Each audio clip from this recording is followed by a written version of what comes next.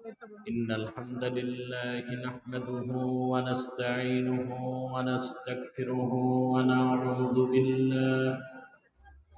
ونعوذ بالله من شرور أنفسنا ومن سيئات أعمالنا من يهده الله فلا مضل له ومن يضلله فلا هادي له ونشهد أن لا إله إلا الله وحده لا شريك له ونشهد أن سيدنا وحبيبنا ومولانا محمدا عبد الله ورسوله صلى الله عليه وعلى آله وصحبه وسلم الذي أكمل الله به قصر النبوة أي ختم الله به النبوة وحكم لا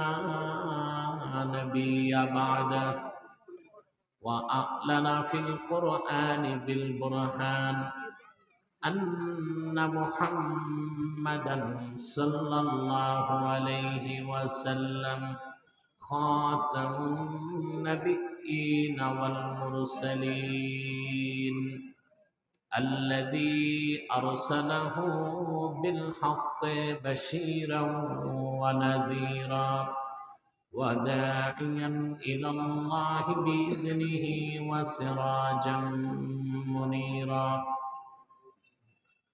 فقد قال الله تعالى في كلامه المجيد والفرقان الحميد أعوذ بالله من الشيطان الرجيم بسم الله الرحمن الرحيم اليوم أكملت لكم دينكم وأتممت عليكم نعمتي ورضيت لكم الإسلام دينا صدق الله العظيم وصدق رسوله النبي الكريم ونحن على ذلك من الشاهدين والشاكرين والحمد لله رب العالمين إن الله وملائكته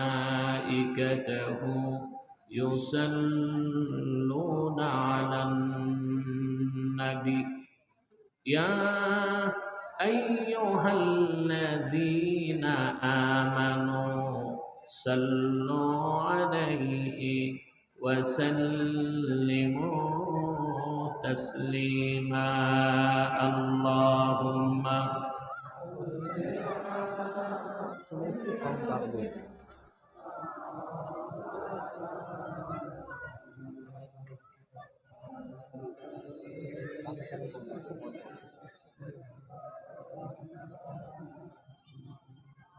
আপনারা এতগুলো মানুষ দরুদ শরীফের আওয়াজ নাই কেন?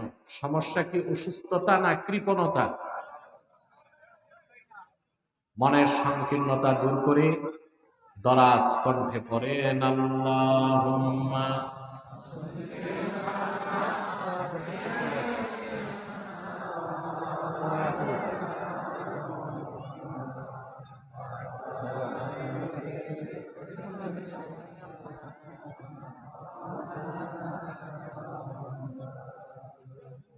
मेरा दिल तड़प रहा है मेरा जल रहा है सीना ये दवा वही मिलेगी मुझे ले चलो मदीना अल्लाहुम्मा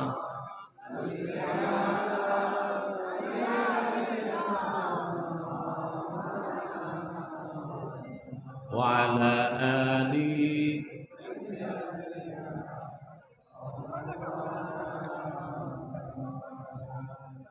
मदीने की हवा से जन्नती बू आती है, खाके पाके मदीना में नूर जन्नत चमकती है। अल्लाहुम्मा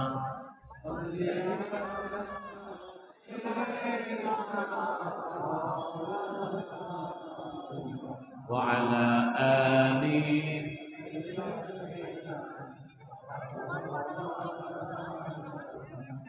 मुहम्मदुन रसूलुल्लाहि सल्लल्लाहु अलैहि वसल्लम खतमल्लाहु बिहिन नुबुव्वा व हकमन ला नबिय्य बअदहु बलगल उला बिकमालिहि। সাউন্ড আরো ক্লিন হবে, বাড়বে, ক্লিন হবে।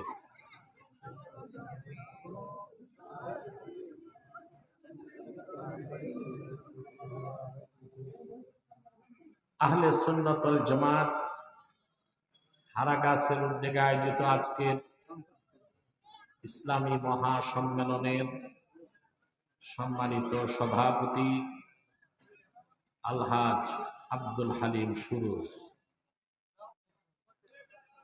উপস্থিত আজকের সম্মানিত প্রধান অতিথি বিশিষ্ট রাজনীতিবিদ, শিল্পপতি ও দানবীর আলহাজ এমদাদুল হক ভরসা, উপস্থিত বিশিষ্ট শিল্পপতি ও দানবীর জনাব তরিকুল ইসলাম দিনা, হাদাহুমুল্লাহু ইলা সিরাতিল মুস্তাকিম, সম্মানিত উলামায়ে কেরাম, তুলাবায়ে এজাম, বিভিন্ন প্রান্ত থেকে আজকের এই মুফতি মাহফিলে যারা উপস্থিত হয়েছেন, স্বেচ্ছায় সানন্দে স্বতঃস্ফূর্তভাবে মনের আনন্দে, তাদের সকলকে আমার পক্ষ থেকে হৃদয় নিংড়ানো ভালোবাসা, শুভেচ্ছা এবং অভিনন্দন জ্ঞাপন করছি। সবটুকুন শুকরিয়া আল্লাহ সুবহানাহু ওয়া তাআলার জন্যে, যিনি আজকের বরকতপূর্ণ মাহফিলে আমাদেরকে আসার বসার তৌফিক মেহেরবানি করে ভিক্ষা দান করেছেন। সেজন্য আসুন আমরা সকলে একবার অবনত চিত্তে হৃদয়ের আবেগ অনুভূতি উজাড় করে সমবেত কণ্ঠে বলি আলহামদুলিল্লাহ।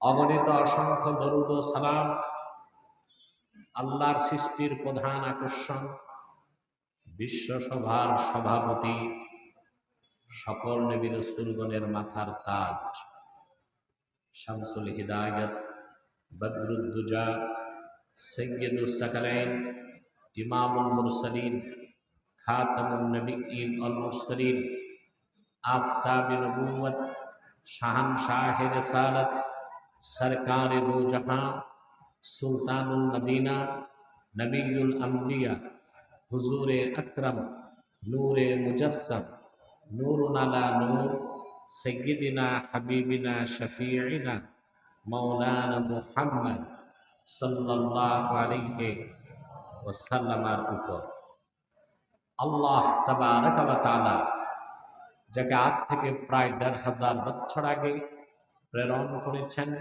সর্বশ্রেষ্ঠ ও সর্বশেষ নবী ও রাসূল হিসেবে, যার পরে আজ পর্যন্ত পৃথিবীতে অবশ্যই কোনো প্রকার নবী কিংবা রাসূল অবশ্যই আসে নাই, অবশ্যই এখনো নাই, অবশ্যই কিয়ামত পর্যন্ত আসবে না।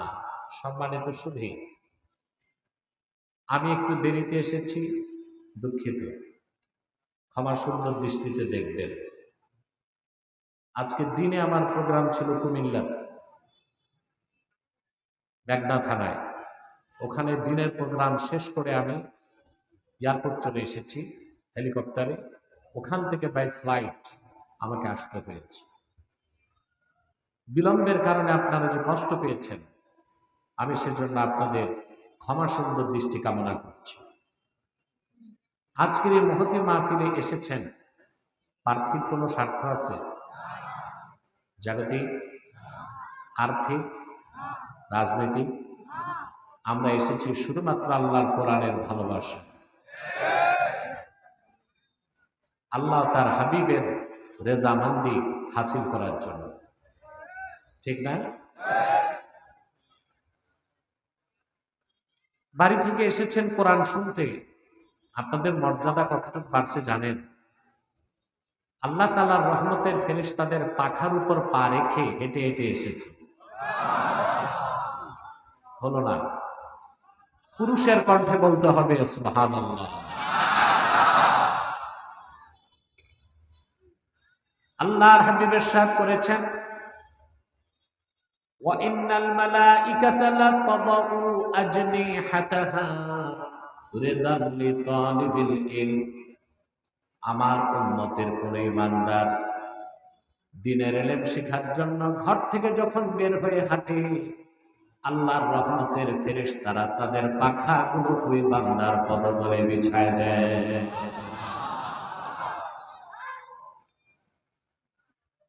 মন্ত্রী এমপি আসলে লাল গালিচা সংবর্ধনা দেয়, পচা পাটের চটের তৈরি গালিচা, এর থেকে বেশি তো কিছু না। আর আপনারা এসেছেন ফেরেশতাদের পাখার উপর পা রেখে হেঁটে হেঁটে বলেন সুবহানাল্লাহ। রহমতের ফেরেশতারা আপনাদের বেষ্টন করে ফেলেছে, বৃষ্টির মতো রহমত ঝরছে। খুশি আছেন? সবাই খুশি? আমরা খুশি, মাবুদ খুশি। বেজার শুধু শয়তান, শয়তানও বেজার, তার চেলাচামুন্ডারও বেজার। অবশ্য শয়তানের সংখ্যা একটু কমছে এখন। আগে তো তাফসীরুল কোরআন মাহফিল শুনলেই কলিজে আগুন জ্বলত। আউল গান, বাউল গান, ফাউল গান, ডিজে পার্টি, বৈশাখী মেলায় অনুমতি লাগতো না, কোরআনের তাফসীর মাহফিলে অনুমতি লাগতো। আজ তারা কোথায়? কিছু আছে জেলে, বাকিরা জঙ্গলে। বাকিরা এদের খুঁজে পাওয়া যায় এখন ভারতের আসাম আর ত্রিপুরার জঙ্গলে। কাঁটাতারের বেড়া দিয়া হয়তো বা উকি ঝুঁকি দেয়। সোনার বাংলার কি অবস্থা দেখে সব ঠিক, শুধু ওরাই না। এই পরাজিত শক্তি থেকে আগামীর বিজয় শক্তিকে শিক্ষা নিতে হবে। বাংলার মাটি ইসলামের ঘাঁটি, বাংলার মাটি আল কোরআনের ঘাঁটি। ঈমান, ইসলাম, মুসলমানকে চ্যালেঞ্জ করে বাংলার মসনদে কেউ আগেও থাকতে পারে নাই, ভবিষ্যতেও থাকতে পারবে না ইনশাআল্লাহ।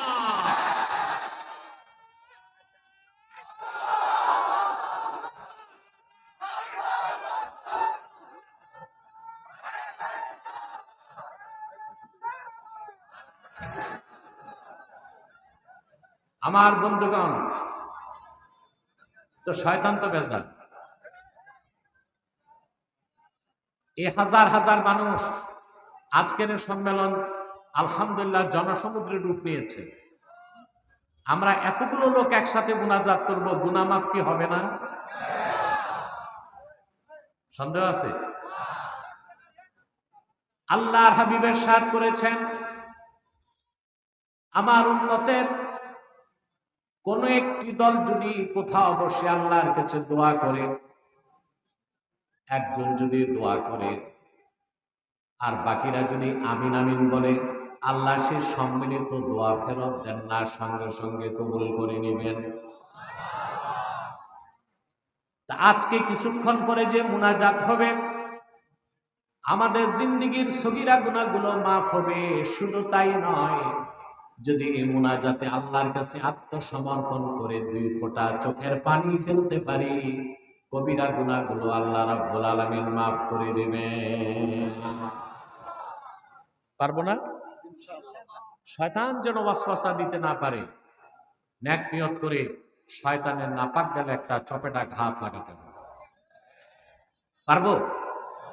আমরা নিয়ত করছি কিছুক্ষণ পরে আজকের মুনাজাত করে গুনাহ মাফ করে নিষ্পাপ বেহেশতি আল্লাহওয়ালা হয়ে বাড়ি যেতে চায়। কারা কারা হাত তুলে আল্লাহ তাআলাকে দেখা।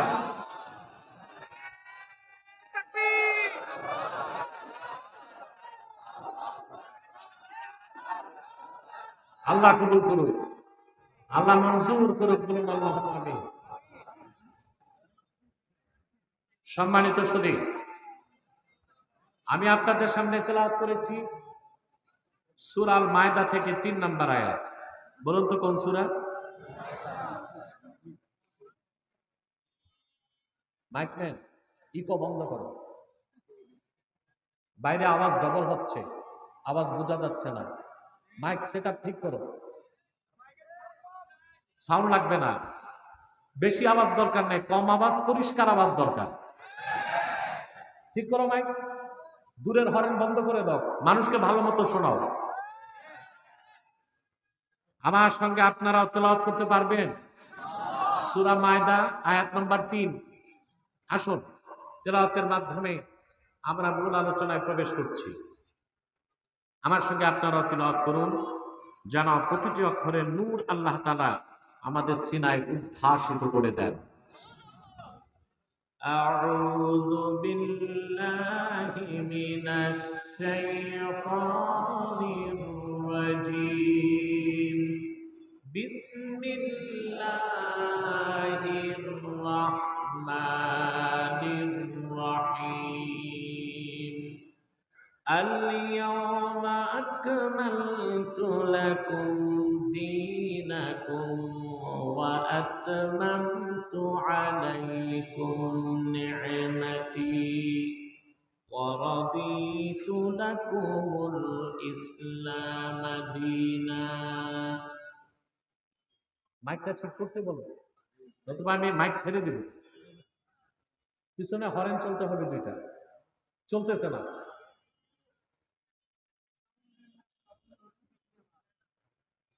আল্লাহ পাক কোরআন কারীমে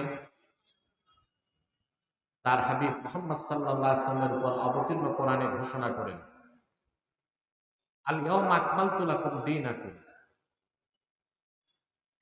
আজকের এই পবিত্র দিনে আমি তোমাদের জন্য দ্বীন ইসলামকে পরিপূর্ণ করে দিলাম।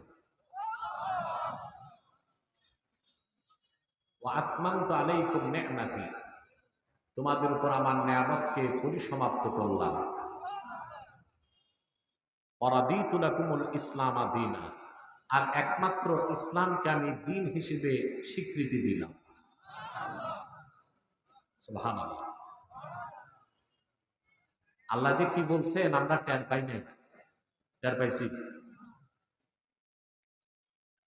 ইমামে খাজেন তাফসীর খাজেনী আয়াতের তাফসীরে লেখেন, আল্লাহর আখিরি নবী নূর নবীজি মুহাম্মদ মুস্তাফা সাল্লাল্লাহু আলাইহি ওয়াসাল্লাম দুনিয়া থেকে বিদায় নেবার মাত্র 81 দিন আগে আল্লাহ এই আয়াত নাযিল করেছেন। কথা বলেন, কোনো সমস্যা? আমার সমস্যা? কতদিন আগে?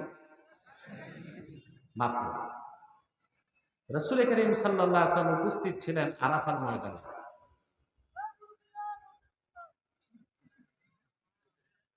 রাসূলুল্লাহর সামনে উপস্থিত ছিলেন 1,24,000 সাহাবী।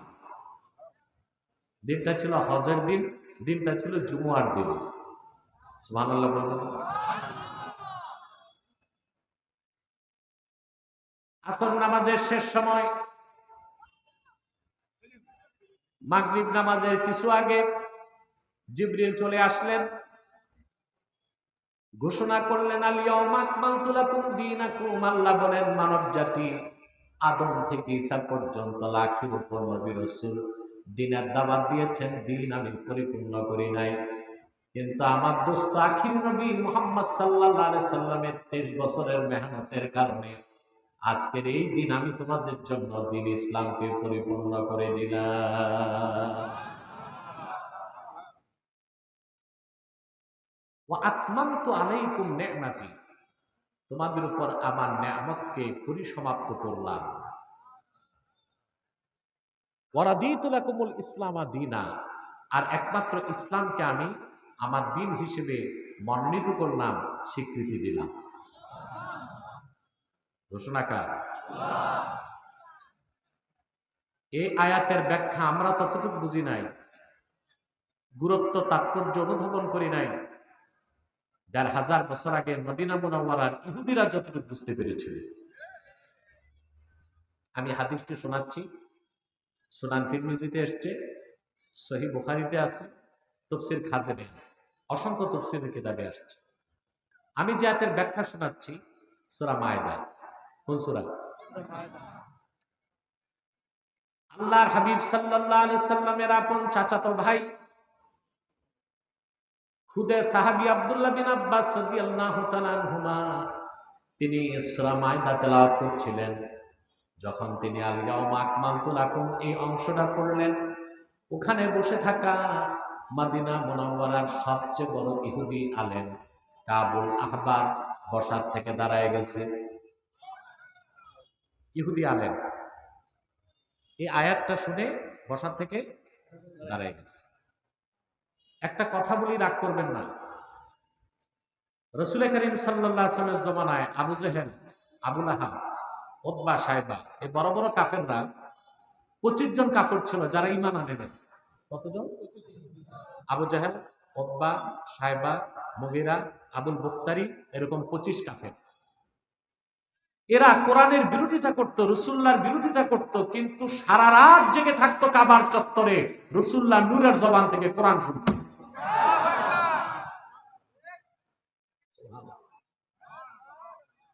মদিনাতুল মুনাওয়ারায় যত ইহুদি আলেম ছিল, আব্দুল্লাহ ইবনে সালাম আর কিছু সংখ্যক আলেম ছাড়া ইহুদিদের কেউ বাকিরা মুসলমান হয় নাই, কিন্তু আল্লাহর কোরআন শুনতে তারা মজা পেত।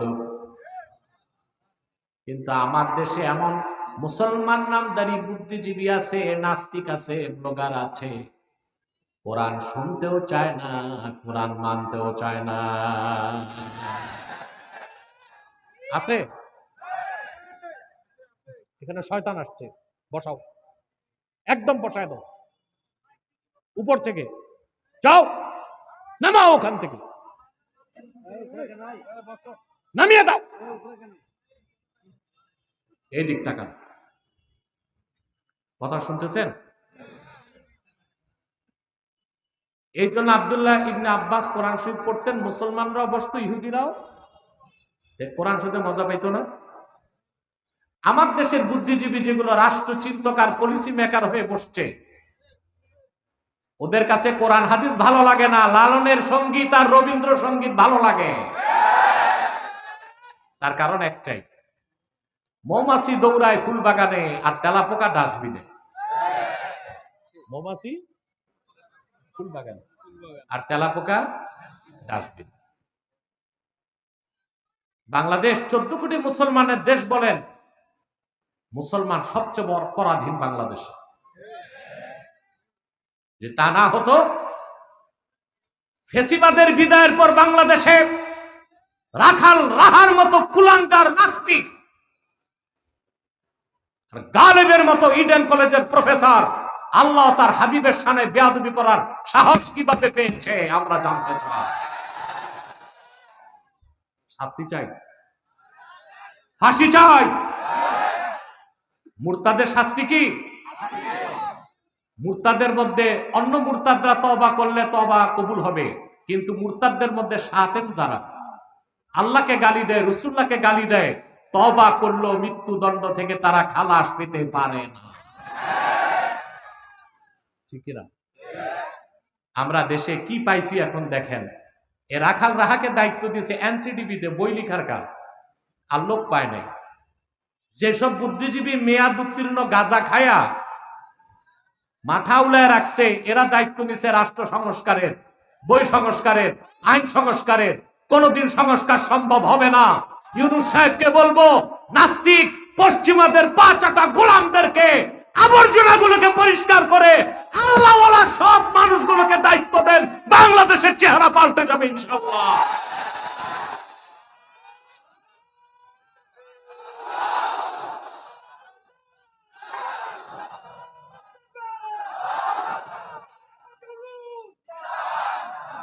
আমার প্রাণপ্রিয় রংপুরবাসী ভাইরা,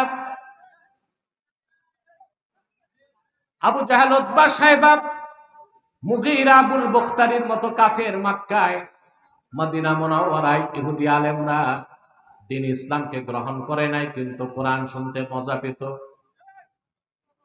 আর আমার দেশে মুসলিম নামদারি এসব বুদ্ধিজীবী নাস্তিক ব্লগার গুলো ইসলামকে মানতেও চায় না, কোরআনকে শুনতেও চায় না। নিকৃষ্ট কোনগুলো? ওই কাফের গুলো না এগুলো? কোনগুলো? এগুলো এগুলো নিকৃষ্ট। আব্দুল্লাহ বিন আব্বাস কমে বাড়ে। আব্দুল্লাহ বিন আব্বাস রাদিয়াল্লাহু তাআলা আনহুমা তিনি তেলাওয়াত করতেছিলেন সূরা মায়দা, মনে পড়ছে? মুসলমানদের সাথে বসা ছিল তৎকালে মদিনা মুনাওয়ারার ইহুদিদের সবচেয়ে বড় আলেম কাবুল আহবার। আব্দুল্লাহ বিন আব্বাস যখন, এটা ধরে রাখবা, আওয়াজ ধরবা না বারবার, 3 ফুট পিছে বসে।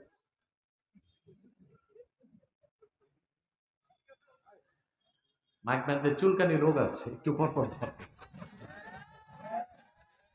তোমরা যদি হই করো তো পালা বিটিস দিয়া মুশকিল হবে, আম সালা দুটেই যাবে। আমার ভাইরা, আব্দুল্লাহ ইবনে আব্বাস যখন আলিয়াউমা আকমালতু লাকুম এই অংশে পুছলেন, বসার থেকে ইহুদি দাঁড়ায়া কাবুল আহবার বলল, আব্দুল্লাহ বিন আব্বাস, এইরকম একটা আয়াত কোরআনে আছে, আমি তা জানতাম না।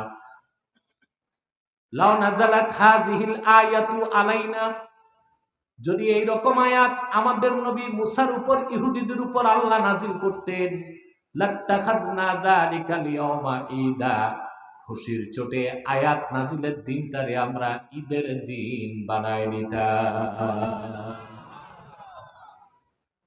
এরকম একটা আয়াত কোরআনে আছে, তা তো আমি জানতাম না। সুবহানাল্লাহ। এরকম একটা আয়াত যদি তাওরাত কিতাবে আসতো মুসা নবীর উপর, আয়াত নাজিলের দিনটাকে অবিস্মরণীয় করতে আমরা দিনটার ঈদের দিন বানাইতাম।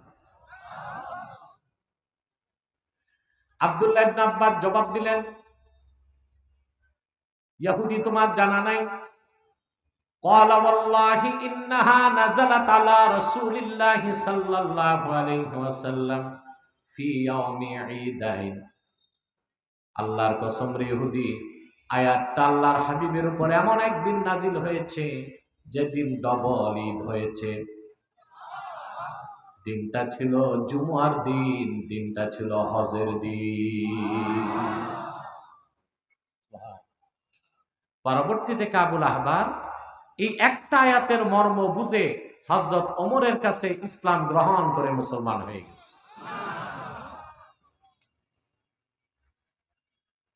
আমার ওইসব বিভ্রান্ত ভাই, তোমরা যারা ইসলাম ছেড়ে খ্রিস্টান ধর্ম গ্রহণ করছো,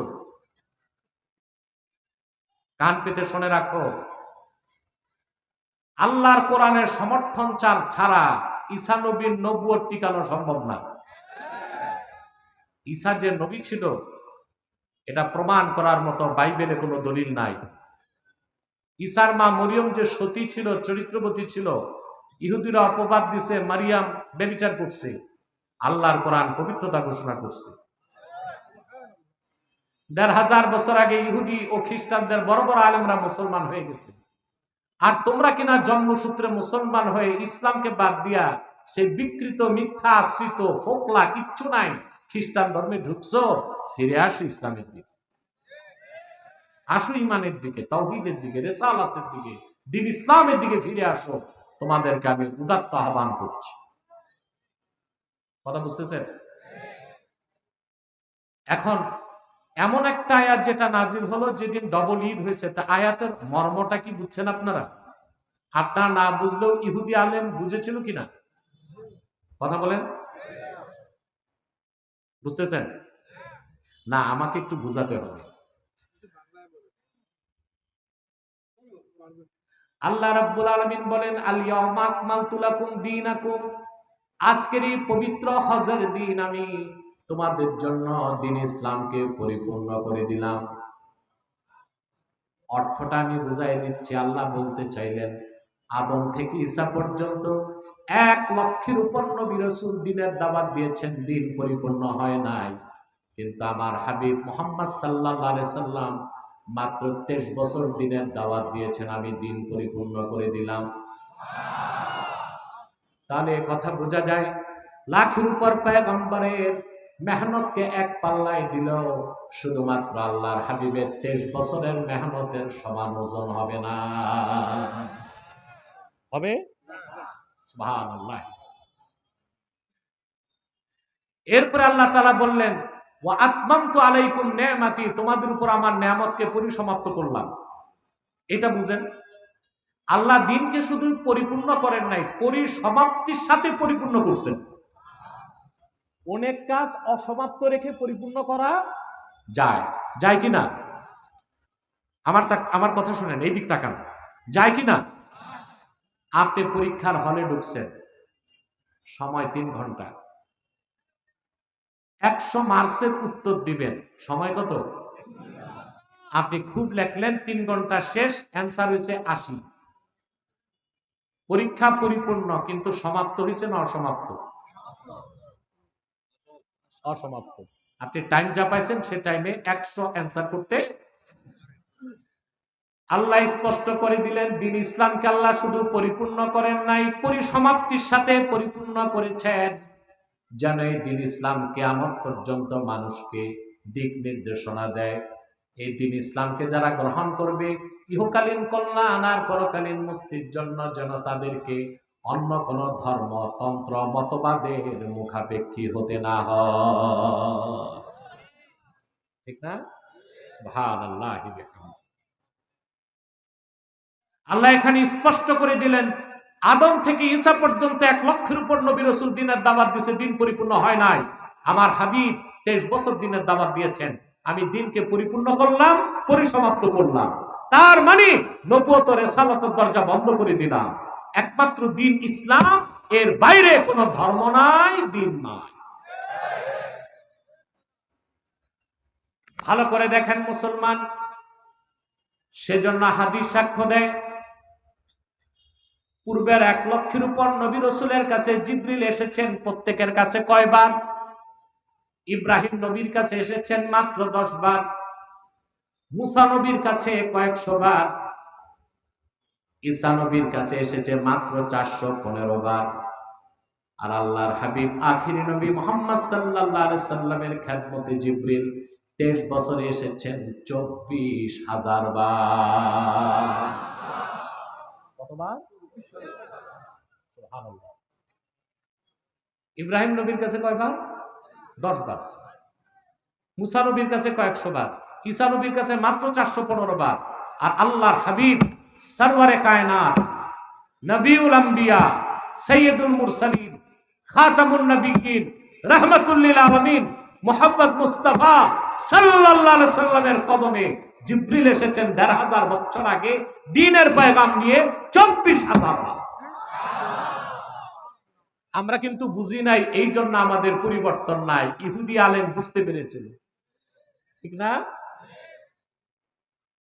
আমার মুসলমান ভাইরা, তারপরে আল্লাহ স্পষ্ট করে দিলেন, ওয়া আতমামতু আলাইকুম নি'মাতি, তোমাদের উপর আমার নিয়ামতকে সমাপ্ত করলাম। দিন পরিপূর্ণ করে আল্লাহ তাআলা ওহী আসার দরজা বন্ধ করে দিলেন। নবী আসার পথ কথা বলে না। মুহাম্মদ সাল্লাল্লাহু আলাইহি ওয়াসাল্লামকে আল্লাহ 1500 বছর আগে প্রেরণ করে দিনকে পরিপূর্ণ করে নবুয়ত রিসালাতের দরজা বন্ধ করে দিলেন। ওনার পরে আজ পর্যন্ত কোনো নবী আসে নাই, কিয়ামত পর্যন্ত আসবে না। পূর্বে নবীর পরে নবী আসার 3টা কারণ থাকতো। কয়টা? আমার দিকে তাকান। ঘুমাচ্ছেন? কে কে ঘুমান? হাত উঠান।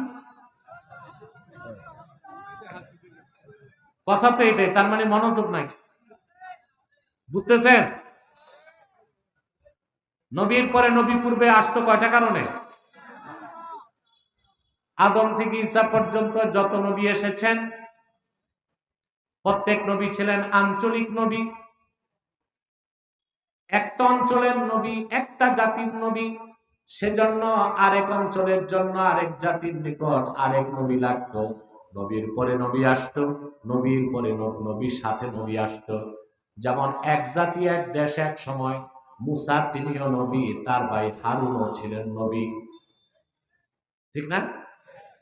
হযরত ইয়াকুব ছিলেন কেনানে নবী, তার পুত্র ইউসুফ ছিলেন মিশরে নবী। সুবহানাল্লাহ। প্রত্যেক নবী ছিলেন কি আঞ্চলিক নবী, কি নবী? এই জন্য আরেক অঞ্চলে আরেক নবী দরকার হতো, আল্লাহ নবীর পরে নবী পাঠাতেন। কিন্তু তোমার নবী, আমার নবী, বিশ্ব নবী মুহাম্মদ মুস্তাফা সাল্লাল্লাহু আলাইহি ওয়াসাল্লাম, তিনি তো শুধু আরবের জন্য আসেন নাই, শুধু আরববাসীর জন্য আসেন নাই। আল্লাহ বলেন, কুল ইয়া আইয়ুহান নাসু ইন্নী রাসূলুল্লাহি ইলাইকুম জামিআ। মুহাম্মদ সাল্লাল্লাহু আলাইহি ওয়াসাল্লাম, আপনি বলুন, হে মানব জাতি, আমি তোমাদের সবার জন্য আল্লাহর পক্ষ থেকে প্রেরিত হয়েছি। আদম থেকে ঈসা পূর্বের প্রত্যেক নবী ছিলেন আঞ্চলিক নবী, এক একটা জাতির নবী। আর বিশ্ব নবী মুহাম্মদ সাল্লাল্লাহু আলাইহি ওয়াসাল্লাম গোটা সৃষ্টি জগতের নবী। এই জন্য মুসলমান ইসলামের দাওয়াত পৃথিবীর সবগুলো দেশে নিয়ে যাওয়ার অধিকার রাখে, কিন্তু খ্রিস্টানরা এই অধিকার রাখে না। কারণ খ্রিস্টানরা যারে নবী মানে, ঈসা নিজে বলছেন, আমাকে শুধু পাঠানো হয়েছে বনি ইসরায়েলের হারানো ম্যাচগুলোকে উদ্ধার করার জন্য।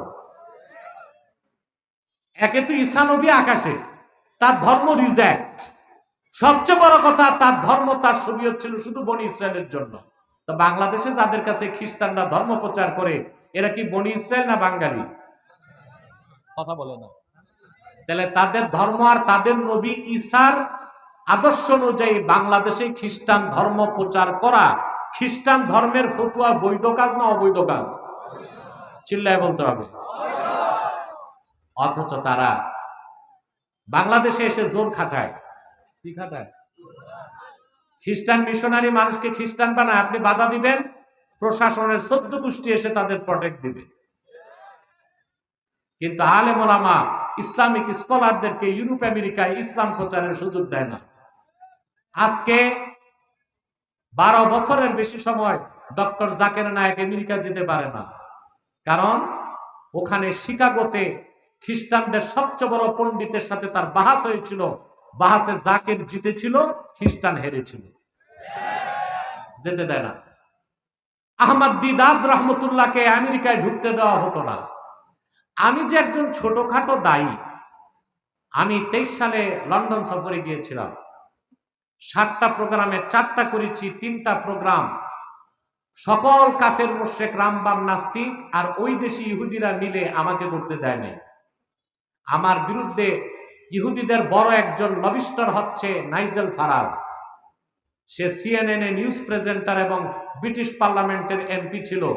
সে যেদিন আমার লন্ডনে প্রোগ্রাম, সেন্ট্রাল লন্ডনে, সে লং মার্চের হুমকি দিয়েছিল, ইউরোপে আমেরিকায় ইসলাম প্রচারে বাধা দাও, আর তোমাদের ধর্মের ফতুয়ায় তোমাদের নবী ঈসা ধর্ম আনছে শুধু বনি ইসরায়েলের জন্য, বাংলাদেশে এসে সেই ধর্ম প্রচার করা ধর্মের বিরোধী কাজ, অনৈতিক কাজ এবং চরম পর্যায়ের বাড়াবাড়ি ছাড়া আর কিছু নয়। শক্ত হন, ডাকেন তাদেরকে। তাদের বাইবেলে লেখা আছে ঈসা এসেছিল বনি ইসরায়েলের জন্য। তো ঈসার ধর্ম বনি ইসরায়েলের বাইরে প্রচার করা ঈসার কাজ আদর্শের পক্ষে যায় না ঈসার আদর্শের বিপক্ষে? তো নবীর আদর্শের বিপক্ষে যাইয়া কিসের ধর্ম পালন করো? কথা বলেন। তো নবীর পর নবী আসার কারণ ছিল কয়টা? এর একটা কারণ ছিল, এক অঞ্চলে এক নবী আসলে, এক জাতির নিকট এক নবী আসলে আরেক অঞ্চলে আরেক নবী লাগতো, নবীর পর নবী আসতো। কিন্তু মুহাম্মদ সাল্লাল্লাহু আলাইহি সাল্লামকে প্রেরণ করে আল্লাহ 1500 বছর আগে নবুয়তের রিসালাতের দরজা বন্ধ করে দিয়েছেন, কারণ তিনি আরববাসীদের নবী ছিলেন না, তিনি সৃষ্টি জগতের নবী হিসেবে এসেছেন। পূর্বে নবীর পর নবী আসার দ্বিতীয় কারণ হতো, কথা শুনতেছেন ভাই? মনোযোগ আছে তো? দ্বিতীয় কারণ হতো যে আপনার পূর্বের পয়গম্বর দিনের কাজ করতে করতে ইন্তেকাল করতেন, বাকি কাজ ধরতে আরেকজন নবী লাগতো, নবী আসতো। ইমামে ফখরুদ্দিন রাজি তাফসীর কবীরের মধ্যে সূরা আহজাবের 40 নম্বর আয়াতের ব্যাখ্যায় লেখেন, ওয়া ইন তারাকা শাইআম মিনান নাসিহাতি ওয়াল বায়ান ইয়াস্তাদরিকুহু মাইয়াতি বাদা, একজন পয়গম্বর দিনের কাজ যা বাকি রেখে যেতেন, আরেক পয়গম্বর এসে বাকিটা শুরু করতেন। কিন্তু আল্লাহ তাআলা আখিরি নবী মুহাম্মদ সাল্লাল্লাহু আলাইহি সাল্লামকে ১৫০০ বছর আগে প্রেরণ করে দিনকে পরিপূর্ণ করে দিয়েছেন। আল্লাহ রাসূল কিছু বাকি রেখে যান নাই। এজন্য নবীর পরে নবী আসার দ্বিতীয় কারণটাও আল্লাহ ক্লোজ করে দিয়েছেন। রাসূলুল্লাহ কিছু বাকি রেখে গেছেন? কথা বলেন। বাকি রেখে গেছেন? তো নবীর পর নবী আসার দ্বিতীয় কারণটা আল্লাহ ১৫০০ বছর আগে কি করছেন? বন্ধ করে দিয়েছে। নবীর পরে নবী আসার তৃতীয় কারণ কি ছিল? নবীকে আল্লাহ যে দলিল দিতেন, কিতাব কিতাব কিতাব, যেমন মুসাকে দিয়েছেন তাওরাত, ঈসাকে দিয়েছেন ইনজিল, দাউদকে দিয়েছেন জাবুর, ঠিক না? কথা বলে না। তো ওই কিতাবগুলো হেফাজতের দায়িত্ব আল্লাহ নবীদেরকে দিতেন। নবীরা ইন্তেকালের পর ধর্মের ধান্দাবাজ ধর্ম ব্যবসায়ী প্রতারকরা ধর্মগ্রন্থের মধ্যে ভেজাল ঢুকাই দিত। সেজন্য সারা দুনিয়া এখন আর তাওরাত নাই, ওল্ড টেস্টামেন্ট আছে। এটা আল্লাহর বাণী না, পাদ্রীদের তৈরি করা। ঠিকটা ঠিক মতো কইতে পারলা না রংপুরবাসী? আইতে কি উডি খাও নাই? হ্যাঁ বলেন। আগে আমাদের বাসায় দাদা হুজুর বাবা হুজুরের খাদেম কিছু রংপুরের ছিল। তো শুধু মজা লাগতো, জিজ্ঞেস করতাম বাড়ি কই, বলতো অংপুর। রাতে কি খাইছো, কই উডি।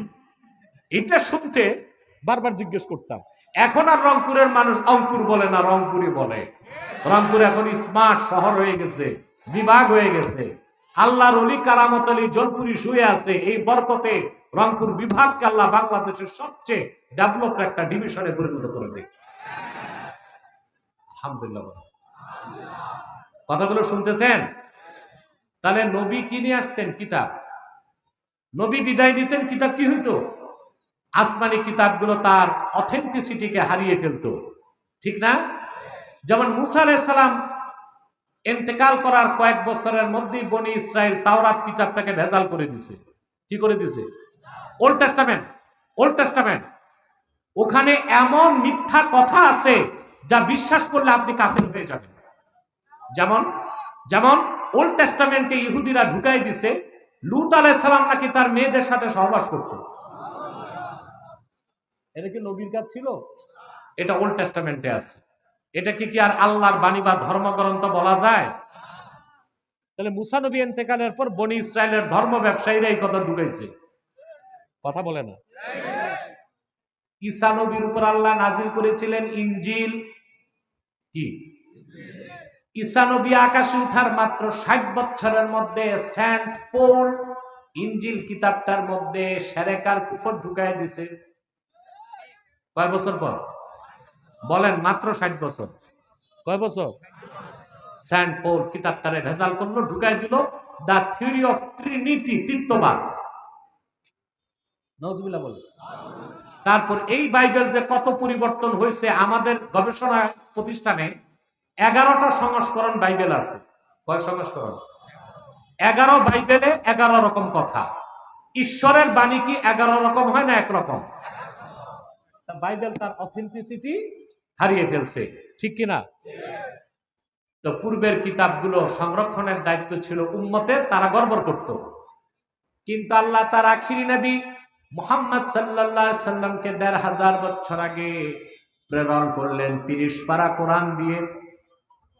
এই কোরআন আল্লাহ হেফাজতের দায়িত্ব আবু বকর, ওমর, ওসমান, আলীকে দেন নাই। আল্লাহ রাব্বুল আলামিন কিয়ামত পর্যন্ত এই কোরআন হেফাজতের দায়িত্ব নিজের হাতে নিলেন। ১৫০০ বছর আগ থেকে আজ পর্যন্ত আল্লাহর কোরআনের কোন একটা বাক্যের, কোন একটা শব্দের, কোন একটা অক্ষর কেউ বদলাতে পেরেছে? এই বসো এখানে ডান পাশে, 1 সেকেন্ডে বসে যাও সব। রাত বেশি আমি জানি, কিন্তু আজকের মাহফিল ব্যতিক্রম মাহফিল। এরপর আমাদের প্রশ্ন উত্তর পর্ব আসতেছে। ফিতনা তো একটা না, কাফের মুশরিকদের ফিতনা আছে, খ্রিস্টানদের ফিতনা আছে, আবার কিছু বাতিল ফেরকাও মাথা গজাইছে। এই উত্তরগুলো নিয়ে যেতে হবে। সব প্রশ্ন আমার কাছে চলে এসেছে। আমি ইনশাল্লাহ সংক্ষেপে প্রত্যেকটা প্রশ্নের জবাব দিয়ে যাব ইনশাল্লাহ। আর যে ফেরকাটা এই কাজ করতেছে তারা খ্রিস্টানদেরকে সুযোগ করে দিচ্ছে খ্রিস্ট ধর্ম প্রচার করার, তাদের মুখস্থ আজকে উন্মোচন হবে ইনশাল্লাহ। তবে আপনাদের ধৈর্য ধরতে হবে। জীবনে কত খেলা দেখতে যে দিন পার করেছেন, নেতার পিছনে মিছিল দিয়ে গলা ভাঙছেন, বৃষ্টিতে ভিজেছেন, সূর্যের আলোতে শুকিয়েছেন।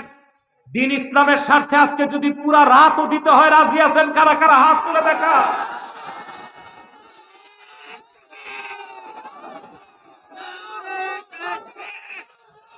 হাত নামান। আল্লাহ কবুল করুক, আল্লাহ মঞ্জুর করুক। আমি সারা রাত আপনাদের বসাবো না, খুব কম সময় ছেড়ে দিচ্ছি। না, সারা রাত ওয়াজ করলে ওয়াজ থাকবে না, আওয়াজ শুরু হবে। আমি যা বলি তা শোনেন, খুব কম সময়ে তফসিরটা করি। আমি জরুরি কিছু কথা বলে প্রশ্নোত্তর পর্বে চলে যাচ্ছি, ঠিক আছে ইনশাল্লাহ? আমার ভাইরা, কোরআন হেফাজতের দায়িত্ব কার? কেউ বদলাতে পারছে? কারণ আল্লাহ তো আদম সৃষ্টির আগে সিদ্ধান্ত নিয়েছেন মুহাম্মদ সাল্লাল্লাহু আলাইহি সাল্লাম শেষ নবী, ওনার দিন শেষ দিন। সেই দিন ইসলামের মূল দলিল কি? এই কোরআন হেফাজতের দায়িত্ব যদি আমাদের হাতে থাকতো, ধর্ম ব্যবসায়ী, চোরচুট্টা, প্রতারক, বাতিলপন্থীরা কোরআনকে রদবদল করে দিত না, দেখে আর ইসলাম থাকতো? কথা বলে না। ইসলাম চিনতে হবে কি দিয়ে? আর সুন্নাহ দিয়ে। এখন মনে করেন আমেরিকার কোন লোক খ্রিস্টান মুসলমান হবে, সে যদি বাংলাদেশের মুসলমানদেরকে দেখা মুসলমান হইতে যায়, সে আর মুসলমান হবে? বাংলাদেশের মুসলমান নামাজ পড়ে না, মিথ্যা বলে, চুরি করে, টেন্ডারবাজি, টাকাবাজি, চাঁদাবাজি, পাল্লায় ওজনে কম, জেনাবে বিচার। এটা তো ইসলামের কাজ না। তো এই দেশের মুসলমানকে দেখলে কোনো বেদিন মুসলমান, কিন্তু ইসলামের দলিল কোরআন দেখলে, তাহলে যদি কোরআনের হেফাজতের দায়িত্ব আল্লাহ না রাখতেন, তো ইসলামের অস্তিত্ব থাকতো? আর কিয়ামত তক আল্লাহকে আল্লাহ বলার কেউ থাকতো? সেজন্য পূর্বে নবীর পরে নবী আসতো, আসমানি কিতাব ভেজাল হয়ে গেলে নতুন কিতাবের জন্য নতুন নবী আসতো। কিন্তু মুহাম্মদ সাল্লাল্লাহু আলাইহি সাল্লাম আল্লাহর আখির নবী, ওনার মাধ্যমে আল্লাহ দ্বীনকে পরিপূর্ণ করে দিন ইসলামের মূল যে দলিল কোরআন হেফাজতের দায়িত্ব আল্লাহ নিজের হাতে নিয়ে নিয়েছেন। আল্লাহ রাব্বুল আলামিন বলেন, ইন্না নাহনু নাযালনা যিকরা ওয়া ইন্না লাহু লাহাফিজুন। নিশ্চয়ই এই কোরআন আমি আল্লাহ নাজিল করেছি, আর এই কোরআন হেফাজতের দায়িত্ব আমি আল্লাহ আমার হাতে রেখেছি। দিনার সাহেব, ফোনগুলো সব পকেটে রেখে দেন, বন্ধ করে, সব সব সব সব ফোন বন্ধ করে দেন। শুনতেছেন? মানুষের কাছে ১৫০০ বছর আগ থেকে এখন পর্যন্ত কাফের মুশরিক বাতিল ফেরকা কোরআন বদলাইতে চায় নাই? চাইছে? এর মধ্যে সবচেয়ে নিকৃষ্ট হচ্ছে শিয়া সম্প্রদায়। শিয়াদের ১২টা ফেরকা, ইসনা আশারিয়া। মূলত শিয়ারা দুই ভাগ, আহলুত তাশাইয়্যু কুবরা, আহলুত তাশাইয়্যু সুগরা। যারা আহলুত তাশাইয়্যু সুগরা তাদেরকে আমরা কাফের বলি না, বাতিল বলি। কিন্তু যারা আহলুত তাশাইয়্যু কুবরা তাদেরকে আমরা কাফের বলি, কারণ তারা মনে করে আবু বকর, ওমর, ওসমান তিনজন কোরআনকে পরিবর্তন করছে। তাদেরকে মুসলমান বলা যাবে? ইরান থেকে তারা একটা কোরআন শরীফ বের করছে, ওখানে একটা সূরার নাম দিয়েছে সূরাতুল ওয়ালায়া। নাউজুবিল্লাহ। কোরআন শরীফে ১১৪টা সূরায় ওয়ালায়া নামে সূরা আছে। এটা কোন সূরা জানেন? সূরা ইনশিরাহ। আলাম নাশরাহ লাকা সাদরাক ওয়া ওয়াদা'না আনকা উযরাক আল্লাযী আনকাযা যাহরাক ওয়া রাফা'না লাকা যিকরাক ওয়া জা'আলনা আলিয়ান সাহরাক। আল্লাহ নাজিল করছেন ৮ আয়াত। ওরা শিয়া আহলুত তাশাইয়্যু কুবরা এই একটা আয়াত ঢুকায় দিছে। ঢুকায় ছাড়তে পারছে না, ধরা খাইছে। শুধু ধরা খাইছে না, কাফের হিসেবে পরিচয় দিল। কোরআন হেফাজতের দায়িত্ব কার? এই জন্য আল্লাহ রাব্বুল আলামিন দ্বীনকে পরিপূর্ণ করে দিয়েছেন ১৫০০ বছর আগে। মুহাম্মদ সাল্লাল্লাহু আলাইহি সাল্লামকে আখিরি নবী হিসেবে প্রেরণ করে আর নবুয়তের রিসালাতের দরজা বন্ধ করে দিয়েছেন। এখন পর্যন্ত কোন প্রকারই নবী কিংবা রাসূল আসে নাই, এখনো নাই, কিয়ামত পর্যন্ত আসবে না। আসবে? এখন মুহাম্মদ সাল্লাল্লাহু আলাইহি ওয়াসাল্লামকে ১৫০০ বছর আগে আল্লাহ প্রেরণ করে দ্বীনকে পরিপূর্ণ করলেন। ওনার পরে আজ পর্যন্ত কোন প্রকারই নবী কিংবা রাসূল আসে নাই, এখনো নাই, কিয়ামত তো আসবে না। এই বিশ্বাসটার নাম আকীদা খাতমে নবুয়ত। এই বিশ্বাস যার থাকবে না সে মুসলমান না কাফের? ওমান শাক্কা ফি কুফরিহি ফাহুয়া আইজান কাফের। তার কাফের হওয়াতে যে সন্দেহ করবে সেও কাফের। এই আকীদা খাতমে নবুয়তের বিপক্ষে দুইটা কাফের সম্প্রদায় কাজ করতেছে। এর মধ্যে একটা হচ্ছে ঈসাই জামাত, এই যে খ্রিস্টানদের যে দলটা মানুষকে খ্রিস্টান বানাচ্ছে। এরা বাংলাদেশে ঢুকছে 1975 সালে। কত সালে? 2.5 লক্ষ পরিবারকে এ পর্যন্ত খ্রিস্টান বানাইছে। আর তারা সহযোগিতা নিচ্ছে লামাযহাবীদের থেকে। একটা ফেরকা আছে, নিজেদেরকে বলে আহলে হাদিস, কখনো বলে মুহাম্মাদি। না, খাঁটি মুমিন ছাড়া কেউ মুহাম্মদ সাল্লাল্লাহু আলাইহি ওয়াসাল্লামের উম্মত হইতে পারে না। আর আমাদের পরিচয় মুহাম্মাদি কেন হবে? হবে উম্মতে মুহাম্মাদি, ঠিক না? ওরা তো এই নামটা বলেও বেয়াদবি করতেছে। মুসলমানের নাম কি হবে, মুহাম্মাদি না উম্মতে মুহাম্মাদি? আসলে তারা আহলে হাদিসও না, তারা যে পরিচয় দেয় মুহাম্মাদি, যেহেতু খাঁটি উম্মত না, এজন্য মুহাম্মাদিও বলা যাবে না। তাদের একটাই নাম সালাফি বা লামাযহাবী। সালাফিও বলা যাবে না, সালাফি হচ্ছে সালফে সালেহিন, এরা হচ্ছে লামাযহাবী। এরা বাংলাদেশে খ্রিস্টানদেরকে ধর্ম প্রচারের সুযোগ করে দিচ্ছে।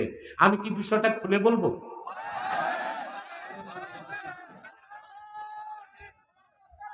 খ্রিস্টানরা মানুষকে খ্রিস্টান বানাবার ক্ষেত্রে প্রথম যে অস্ত্রটা ব্যবহার করে সেটা হচ্ছে মুহাম্মদ সাল্লাল্লাহু আলাইহি ওয়াসাল্লাম শাফাত করতে পারবেন না, শাফাত করবে ঈসা। অতএব ইসলামে থেকে লাভ কি? ঈসার ধর্ম গ্রহণ করি যে শাফাত করবে। প্রিয় ভাইরা, তোমাদের কাছে আমার জিজ্ঞাসা, আল্লাহর হাবিব মুহাম্মদ সাল্লাল্লাহু আলাইহি ওয়াসাল্লাম শাফাত করতে পারবেন না, এই কথাগুলো টেলিভিশন চ্যানেলে ওয়াজের মাঠে প্রচার করে কোন ফেরকার মৌলবীরা? লামাযহাবীরা। তাহলে খ্রিস্টানদেরকে ধর্ম প্রচারের ক্ষেত্র বানায় দিচ্ছে কারা? জোরে বলেন। তাহলে বোঝা যায় এই লামাযহাবীদের কোমরের রশি আটলান্টিকের ওপারে। ওখান থেকে আসে ডলার। কি আসে? দেখেন না, এরা অনুষ্ঠান করে 5 স্টারে টাকা পায় করতে গিয়ে। 5 স্টারে অনুষ্ঠান করে টাকা আসে কোত্থেকে? প্রশ্ন আসে। টাকা তো আসে আটলান্টিকের উপর থেকে, টাকা তো আসে বিলেত থেকে, টাকা তো আসে ইসরায়েল থেকে। অথচ আল্লাহর হাবিব মুহাম্মদ সাল্লাল্লাহু আলাইহি ওয়াসাল্লাম শাফাত করবেন, ঈসা শাফাত করবে না। এটা ঈসা নিজে বলে গেছেন, যা বাইবেলে আছে। আমি একটা গল্প শুনাই। 2016 সালে আপনাদের কুষ্টিয়া শান্তিডাঙ্গায় 22টা পরিবার খ্রিস্টান হয়ে গেছে। আমার কাছে ফোন গেল, আজকে না 2016। আমি আমার তাহরিকে খাতমে নবুয়ত বাংলাদেশের কেন্দ্রীয় কমিটি নিয়ে গেলাম। শান্তিডাঙ্গাটা কুষ্টিয়া ইসলামী বিশ্ববিদ্যালয়ের দেওয়ালের ওপারে। যে বিশ্ববিদ্যালয়, ইসলামী বিশ্ববিদ্যালয়, এত আলেম স্কলার, ওদের চোখের নিচে শান্তিডাঙ্গায় খ্রিস্টানরা মিশনারি কাজ করে 22টা পরিবারকে খ্রিস্টান বানাই দিয়েছে। আমি গেলাম সেখানে। কুষ্টিয়া বিশ্ববিদ্যালয়ের মসজিদের যে খতিব, লোকটা মারা গেছে গাড়ি দুর্ঘটনায়, তার উস্তাদও মারা গেছে গাড়ি দুর্ঘটনায়। লোকটা আমার সাথে গেল, আমার টিম গেল। সেখানে পৌঁছার পর আমি মূল যে লোকটা, ওর নাম ছিল নজির আহমদ, খ্রিস্টান। খ্রিস্টানরা তাকে একটা মোটরসাইকেল দিছে, 17,000 টাকা মাস বেতন দিত, একটা বাড়ি করে দিস, একটা বাড়ি করে দিস। আমি তার কাছে গেলাম, ভিডিওটা সোশ্যাল মিডিয়ায় আছে, দেখবেন। আমি তাকে বললাম, সে সামনে আসতে, তার বউ সামনে চলে আসে, এখন সব খ্রিস্টান হয়ে গেছে, আমি চোখ নিচে করে পর্দা আদায় করতেছি, তো মুসলমান করতে হবে। 2.5 ঘন্টা আমার সাথে সে বিতর্ক করলো। আমি তাকে জিজ্ঞেস করলাম, ভাই তুমি আল্লাহর হাবিব মোহাম্মদ সাল্লাল্লাহু আলাইহি ওয়াসাল্লামের একমাত্র দিন ইসলাম বাদ দিয়া খ্রিস্টান হইলা কেন? তার প্রথম জবাব ছিল, মোহাম্মদ সাল্লাল্লাহু আলাইহি ওয়াসাল্লাম তো শাফাত করতে পারবেন না, তো ওনার ধর্মে থেকে লাভ কি? ঈসা তো শাফাত করবে, এই জন্য খ্রিস্টান হয়েছে। আমার পাশে কুষ্টিয়া বিশ্ববিদ্যালয়ের শিক্ষক তালা মাযহাবী, দেখি তার মুখে অমাবস্যার কালো রাত। সে বুঝতে পারছে তাদের অপপ্রচার সুবিধা নিচ্ছে কারা। তাৎক্ষণিক আমি চ্যালেঞ্জ করলাম, মুহাম্মদ সাল্লাল্লাহু আলাইহি ওয়াসাল্লাম শাফাত করবেন, এটা কোরআনেও আছে, হাদিসেও আছে। কি পরিমাণ হাদিস তা গুণে শেষ করা যাবে না। আর ঈসা যে শাফাত করবে, এটা কোরআনেও নাই, বাইবেলেও নাই। আর সে চ্যালেঞ্জ করলো বাইবেলে আছে। আমি বলছি তো বাইবেল আনো। আমাদের ডিনার দেখছে আমার ভিডিওটা, আমি বলছি বাইবেল আনো। এখন বাইবেল এনে এই পৃষ্ঠা শুধু উল্টায়, খবর নাই। তাহলে লামাযহাবী ভাইরা, তোমরা এই আহলুস সুন্নাহ জামাতের আকীদার বিরুদ্ধে ফতোয়া দিয়া কাউরে তো লামাযহাবী বানাইতেছ না, খ্রিস্টানদের মুখের লোকমা বানাই দিচ্ছ।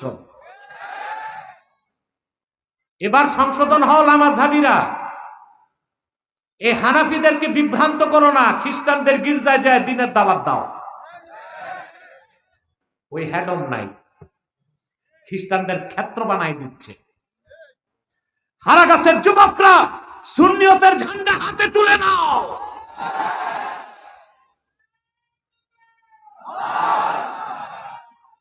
কাফের মুশরিক বাতিল ফেরকার বিরুদ্ধে তোমাদের অবস্থান হবে জিরো টলারেন্স। রাজি আছো? রাসূলুল্লাহ শাফাত করবেন কিনা?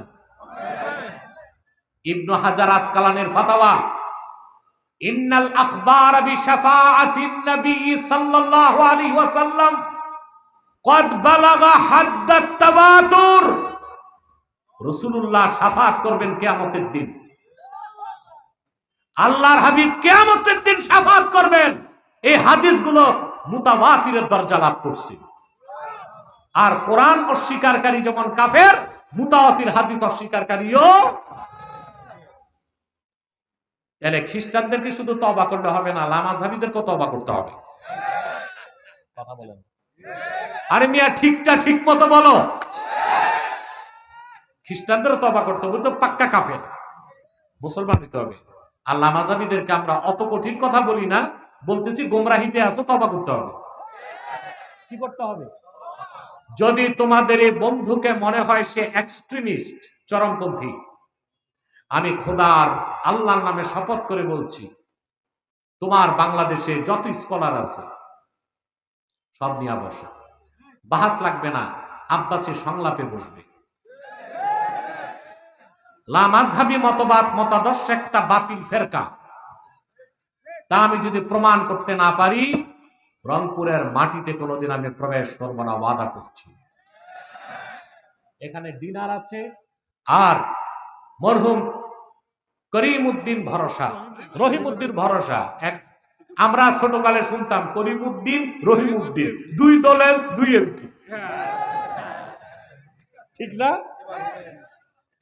দোয়া করে দিয়েন এমদাদুল হকের জন্য, আল্লাহ তারে জনসেবার সুযোগ দেন। আমি তো এর বেশি বলতে পারি না।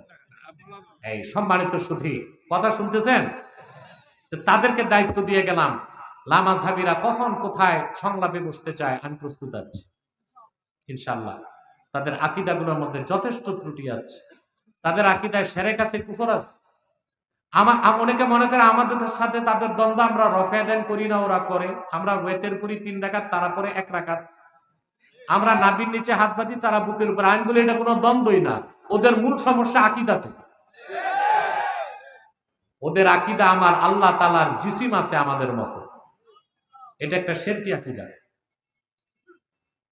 আমাদের আকীদা মুহাম্মদ সাল্লাল্লাহু আলাইহি সাল্লাম মানুষ, তবে যে বলবে আমাদের মতো সাধারণ মানুষ, সে কাফের। কথা বুঝতে পারছেন? আমরা বলি মুহাম্মদ সাল্লাল্লাহু আলাইহি ওয়াসাল্লাম শাফাত করবেন, এই বিষয়টা মুতাওয়াতির। তারা বলে মুহাম্মদ সাল্লাল্লাহু আলাইহি ওয়াসাল্লাম শাফাত করতে পারবেন না। সুযোগ নিচ্ছে কারা? জোরে কোন? 2 নাম্বার, আমার দেশের কিছু নির্বোধ মৌলবী আল্লাহ মাযহাবী শেখদের কারণে খ্রিস্টানরা আরেকটা সুযোগ পাইছে, সেটা হচ্ছে আমার দেশের কিছু মৌলবী বক্তা আর প্রবক্তা আল্লাহ মাযহাবীরা বলে ঈসা যে কিয়ামতের আগে নামবে নবী হিসেবে না। ঈসা বনি ইসরায়েলের নবীর খাতায় নাম থাকবে, নবীর খাতায় নাম থাকবে যে বনি ইসরায়েলের নবী ছিলেন, কিয়ামতের আগে নামবেন উম্মতে মুহাম্মদী পরিচয়। সুবহানাল্লাহ। কয়টা দলিল চাও, কয়টা হাদিস চাও? আবু দাউদ শরীফের হাদিস, আল্লাহর হাবিব ইরশাদ করেছেন,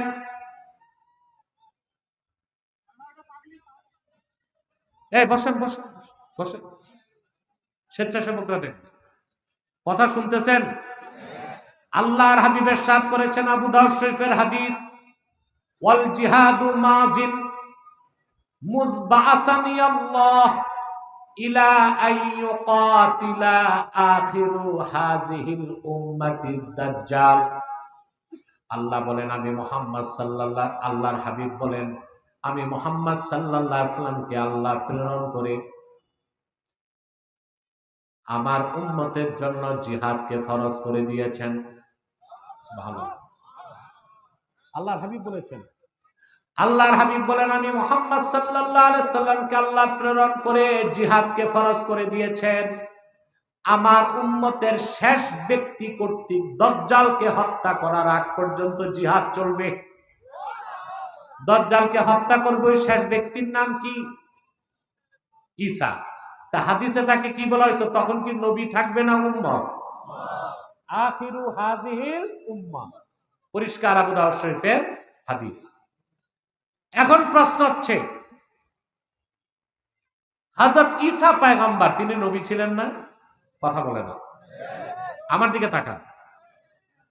তো ওনার চেয়েও তো বড় নবী ছিলেন মুসা নবী। কে ছিলেন?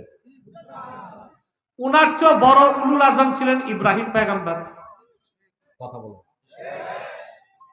তাদের মধ্য থেকে কাউকে আল্লাহ আকাশে উঠায় নিলেন না কেন দাজ্জালকে হত্যা করতে? আপনার খুব ডিস্টার্ব করছেন, খুব ডিস্টার্ব করছেন। আরে পাগলিকে তো, এটা পাগলির সাথে কি পুলিশ লাগবে? ঠিক আছে, সরাই দেন এখান থেকে। এটা ঢুকছে কিভাবে এখানে? সরান এখান থেকে। খ্রিস্টানরাও পাঠাইতে পারে, লামাজাবিরাও পাঠাইতে পারে, সরান এখান থেকে। এদিক তাকান, তাকান এইদিক। আজকে কোনো কথা আর গোপন করা হবে না, সব ফাঁস করা হবে।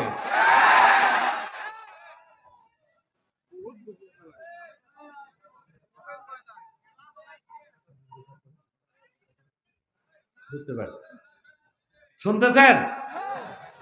প্রশ্ন হলো, ঈসা পয়গম্বরকে আল্লাহ কেন আকাশে উঠালেন? জবাব হচ্ছে, দাজ্জাল কি তিনি হত্যা করবেন? তার চেয়েও বড় বড় উলুল আজম নবী কাউকে আল্লাহ আকাশে উঠাইলেন না কেন? প্রশ্ন আসে কিনা? আসে। তার কারণ বনি ইসরাইল পূর্বের অসংখ্য পয়গম্বরকে হত্যা করছে, শহীদ করছে, করছে না? ঈসা নবীকে হত্যা করতে ইহুদিরা গেছিল? কথা বলেন, হত্যা করতে পারছে? ঈসা নবীর খালু হযরত জাকারিয়াকে হত্যা করছে না? কথা বলেন। ঈসা নবীকে পারছে হত্যা করতে? ঈসা নবীকে যখন হত্যা করতে গেল ইহুদিরা, ঈসা নবীর 12 জন হাওয়ারির একজন 22 সেন্ট 22 পয়সা ঘুষ খাইয়া দেখায় দিয়েছে ঈসা ওই ঘরে আছে। ইহুদিরা যখন হত্যা করতে গেল, আসল ঈসাকে আল্লাহ আকাশে উঠায় দিয়েছে। আর আল্লাহ শত্রুদের একজনকে ঈসার সাদৃশ্য দিলেন, ওইটাকে মেরে ইহুদিরা বলে ঈসা শেষ। আল্লাহ বলেন, ঈসা না, যেটা মারছো ওটা মিসা। যেটা মারছো ওটা ঈসা না, ওটা কি? মজ্জেন সাহেব আমাকে ডিস্টার্ব করতেছে স্টেজে, একদম ক্লোজ করে দেন স্টেজটা। আমি জানি কি কি পারফরমেন্স আছে, পাগড়ি আছে, কি আছে, সব আমি দেখবো, টাইম দিব, আমি টাইম দিব, আমাকে ডিস্টার্ব করেন না, আমি সুযোগ দিব, সব সুযোগ দিব। আমি কখনোই কমিটিকে বা কোনো রাজনৈতিক দলের নেতাদেরকে আন্ডার এস্টিমেট করি না। আমাদেরকে তো সবাইকে নিয়ে চলতে হবে, ঠিক না? আমি এমদাদুল্লাহ ভরসাকে বক্তব্য রাখতে দিছি, আমাদের ডিনারকেও দিয়েছি বক্তব্য রাখতে, এটা তারা অধিকার রাখে। এত বড় মাহফিল আঞ্জামে তারা অর্থনৈতিক সহযোগিতা করে, নৈতিক সমর্থন করে, ওদেরকেও তো মূল্যায়ন করতে হয়। জনগণ আমি পাইছি, যা খুশি তা বলে দিলাম, নেতার সাথে মারামারি শুরু করে দিলাম, এটা আলেমের কাজ না, এটা কোনো আলেমের কাজ না। আমাদেরকে মানুষগুলোকে আদর করে, সাদর করে বুকে জড়ায় নিতে হবে, তারা হেদায়েত পাবে কি করে? কথা বুঝতেছেন? তো ঈসা নবী, আল্লাহ বলেন ঈসা কই? মারছে যেটা, ওটা কি? কি আফসোস, খ্রিস্টানরা আছে নিসানিয়া, মুসলমান আছে ঈসানিয়া। খ্রিস্টানরা আছে, ওদের আকীদা খ্রিস্টান, তাদের নবী ঈসাকে হত্যা করা হয়েছে ক্রুশবিদ্ধ করে, আর তার কবর হচ্ছে বাইতুল মুকাদ্দাসে। ভুয়া, মিথ্যা। আমরা বলি না, ঈসা তো আমাদের উম্মতের সদস্য হবে, কিয়ামতের আগে আকাশ থেকে নামবে। তাহলে খ্রিস্টানরা আছে নিসানিয়া, আমরা আছি, আমরা বলি ঈসা আমাদের ভাই, আল্লাহর পয়গম্বর, বনি ইসরায়েলের উলুল আজম পয়গম্বর কিয়ামতের আগে উম্মতে মুহাম্মদী হিসেবে নামবেন। ঠিক না? আমার ভাইরা, তার কারণ কি? আল্লাহ ঈসা নবীকে কেন আকাশে উঠালেন? আল্লামা জালালউদ্দিন সুয়ুতী আল হাবিলিল ফাতাওয়াতে লেখেন, পয়গম্বর ঈসা আল্লাহর কাছে সব সময় দোয়া করতেন, আল্লাহুম্মা জালনি মিন উম্মতি মুহাম্মাদিন সাল্লাল্লাহু আলাইহি ওয়াসাল্লাম, আল্লাহ তুমি আমাকে মুহাম্মদ সাল্লাল্লাহু আলাইহি ওয়াসাল্লামের উম্মত বানায় দাও। আল্লাহ তার দোয়া কবুল করেছেন। সেই জন্যই বনি ইসরায়েলের ইহুদিরা হাজার হাজার পয়গম্বরকে হত্যা করতে পারলেও মরিয়ম পুত্র ঈসাকে হত্যা করতে পারে নাই। আল্লাহ তারে আকাশে উঠায় নিছেন। হানাফি মাযহাবের শ্রেষ্ঠ আকীদার কিতাব শারহু ফিকিল আকবার, দারুন নাফায়েজ বৈরুতের ছাপ, 229 পৃষ্ঠায় স্পষ্ট উল্লেখ আছে, কিয়ামতের আগে দামেস্কের জামে মসজিদের ছাদে মরিয়ম পুত্র ঈসাকে আল্লাহ অবতরণ করায় দিবেন। দুইজন ফেরেশতার দুই কাঁধে ভর করে তিনি আসমান থেকে নামবেন। দামেস্কের জামে মসজিদের ভিতরে থাকবেন ইমাম মাহদী। আসর নামাজের আজানও শেষ, একামতও শেষ। লোকেরা বলবে জামাত পড়ান, ইমাম মাহদী বলবেন খবর পেয়েছে আমার ভাই ঈসা রুহুল্লাহ নামছেন। সুবহানাল্লাহ কইবেন না? লোকেরা সব দৌড়িয়ে বাইরে বেরিয়ে যাবে, দেখবে দামেস্কের জামে মসজিদের পূর্ব পাশের মিনারা দিয়া ঈসা রুহুল্লাহ নামতেছেন। তিনি ভিতরে ঢুকার পরে ইমাম মাহদী বলবেন ঈসা রুহুল্লাহ, আজান শেষ, একামত শেষ, নামাজ পড়ান। সুবহানাল্লাহ। শারহু ফিকিল আকবরে আছে ইমাম আজমের মত, মোল্লা আলী কারি ব্যাখ্যা করেছেন, ফায়ুশিরুল মাহদী ইলা ঈসা ইবনে মারইয়ামা বিত্তাকাদ্দুম। সুবহানাল্লাহ। ইমামে মাহদী হযরত ঈসাকে ইশারা করে বলবেন আপনি নামাজ পড়ান, আগে যান। ইমামে মাহদী তাকে ঈসা নবী জবাব দিবেন না, নামাজ আমি পড়াবো না, আপনি তো ইমাম, আপনি পড়াবেন। পয়গম্বর ঈসা যিনি বনি ইসরায়েলের উলুল আজম পয়গম্বর নামাজ পড়বেন মাহদীর পিছে কেন? মোল্লা আলী কারি লিখেছেন, ফায়াক্তাদি বিহি লিয়াযহারা মুতাবিআত নবিয়িনা মুহাম্মদ সাল্লাল্লাহু আলাইহি ওয়াসাল্লাম। ঈসা নবী মাহদীর পিছে নামাজ পড়ে এই কথার প্রমাণ দিবেন জগৎবাসীরে, আমি এখন আর নবী হিসেবে আসি নাই, মুহাম্মদ সাল্লাল্লাহু আলাইহি ওয়াসাল্লামের উম্মত হিসেবে এসেছি। আমার যে মুসলমান ভাইরা খ্রিস্টান হয়েছে, কান পেতে শুনে রাখো, পয়গম্বর ঈসা দরখাস্ত করে আল্লাহর হাবিবের উম্মত হলেন, আর তুমি তো বিনা দরখাস্তে আল্লাহর হাবিবের উম্মত ছিলা, সামান্য কিছু টাকার লোভে খ্রিস্টান হয়ে গেলা, কাল কিয়ামতের দিন কেমন করে চেহারা দেখাবা? ফিরে আসো, তবার সুযোগ আছে, তবার দরজা খোলা আছে, ফিরে আসো। আর বাংলাদেশে যত খ্রিস্টান পাদ্রী পুরোহিত আছে, বসো আমার সাথে। বাইবেলে একটা কথাও ঈশ্বরের তা তারা প্রমাণ দিতে পারবে না। পুরা বাইবেল ভেজাল, ফোকলা, এটার অথেন্টিসিটি শূন্যের পর্যায়ে চলে গেছে। এটা কোনো ধর্মই না, এটা একটা সংস্কৃতি দিয়েছে। অতএব যারা মুসলমান তাদেরকে শপথ নিতে হবে, আর জান থেকেও তাকে বলতে হবে। ব্যক্তির চেয়ে দল বড়, দল থেকে দেশ বড়, দেশ থেকে আমার জান বড়, আমার জান থেকে আমার ঈমান বড়, ইসলাম বড়। কল্লা দিয়ে দিব, ঈমান দিব না মুসলমান।